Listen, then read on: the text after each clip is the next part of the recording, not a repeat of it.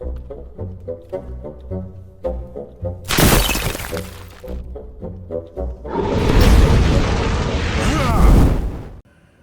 everybody, it's me, Riffraff Hornhelm, and I'm back again with another presentation from the Dwarven Vault, and today we have a monster review.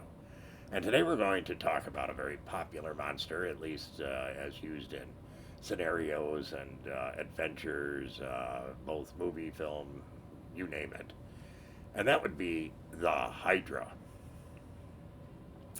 Now, this is the HYDRA as brought to us from the original monster manual for use with basic Dungeons and Dragons and advanced Dungeons and Dragons, or what we typically call 1E today. And for those of you who are either seeing us for the first time or who haven't yet done so, please be so kind as to consider subscribing. Drop us a like if you enjoy. Share with your friends. And most of all, come back and see us again real soon. Now, on with the HYDRA. The HYDRA is an interesting creature because there are more than one version. This is not to be confused with the HYDRA from Myth and Legend, though it shares a lot of the same attributes because of the fact that this is Dungeons and Dragons and not the folklore in which this originated, or Greek myth in this particular case. Now, HYDRAs are a armor class 5 creature. Their hit dice varies, and that's because it can have a variable number of heads depending on what the type of HYDRA is and also what you come up with for the number of heads. So a HYDRA could be 5 to 12 hit dice, and that means it's going to have somewhere between 5 and 12 heads. And those heads can do damage that varies a little bit. Essentially what it is that if you only have like 5 or 6 or maybe even 7 heads, you do 1 to 6 per head per bite. If you're like the 8 or 9 or 10, that one there will do 1 to, what is it, 1 to 8? Yes, 1 to 8. And if you're the biggest one, so say you have 12, those ones will do 1 to 10 points per bite. So it varies a little bit based on size, but they always have an armor class of 5. So in order to kill the HYDRA, essentially what you have to do is kill the heads. Once all the heads are killed, that's it. Okay. The heads are something that, obviously can affect how it attacks. It can attack with up to 4 heads at once against one target. And all the heads can attack if they're able to engage, or if they're able to engage an opponent.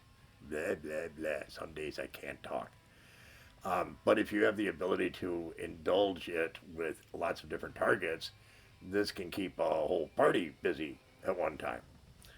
So killing the heads is obviously going to be the big thing. And the heads' hit points are actually tallied up separately by the DM. So, for instance, if it has 12 heads, each head has 1 hit die, so 1 to 8 hit points for each of the heads. And as you kill off the heads, eventually you kill off the whole creature, but it doesn't have the same amount of hit points per head, which makes this a more complex creature to play if you're doing it by the way the rules are structured. You can always, as a DM, say, hey, each one has 6 hit points or 8 hit points or whatever. That's up to the DM. So this is a pretty cool creature, and of course there are some variants of it. And these variants include things like the Lernian, the Lernian HYDRA. And the Lernian HYDRA is the kind that we tend to think of from like movies and magazines and whatnot. If you cut off a head, 2 pop up. That's pretty nasty right there. It's a very nasty creature to deal with, having those types of abilities. And of course, it can get kind of ridiculous given the fact that not only does that change the critter in terms of it having more heads, but it also gives it more hit dice and more hit points. So it's not the version you really want to run into. There's also the Pyro HYDRA, and the Pyro HYDRA is pretty much the same as the standard HYDRA, except that it also spits fire from each of its heads, in addition to its normal attack. And the fire does, I think it's like equal to that head's hit points in damage to its opponent. Once again, that's also a fun option to throw in there. Now, these are not intelligent creatures. They're semi-intelligent. They're something that it's not like dealing with a dragon. No matter what they may look like in movies and film and magazines and whatnot, no, they're not a dragon. They're not smart, and they're not fast. And they're something that, frankly, yes, because of the heads, they're hard to kill because, frankly, it makes it a bit more difficult to do things like sneak up on it and whatnot. And of course, it gives it a lot of attacks, depending on how how your DM handles that part of it. So this is also a neutral creature. It's neither evil or good. And like I said, the varying number of hit dice on it, it makes for a very potentially powerful creature that can do an awful lot of damage to a party in a short hurry, especially if you're in an area that's somewhat enclosed. Now, us dwarves, yeah, we have run into hydras before. They can be really nasty, and they can do a lot of damage before they're finally terminated. But at the same time, it's not like dealing with a dragon. It's not a smart opponent, so usually you can lead it astray, trick it, do things where it can get nailed because it's not smart enough to figure it out. But do we run into them often? No. And frankly, the only kind that I'm aware of that any of the dwarves have run into, at least in this area, has been the standard Hydra. Now, of course, in the gaming world, it's a little bit different. And we went out to our friends in the Hornhelm community and asked both the Dungeon Masters and players about what they thought about the Hydra and its permutations.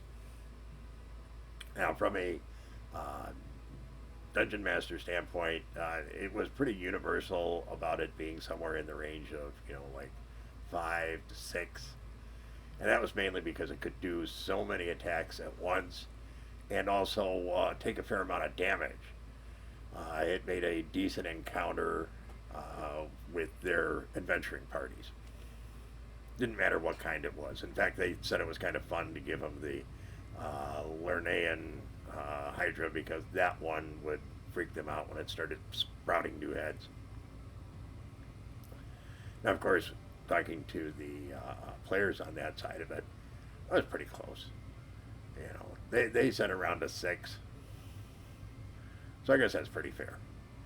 I mean, it's based on what they ran into. All of them acknowledged the fact that, hey, they didn't have any special defenses, so some standard magic stuff, fireballs and whatnot.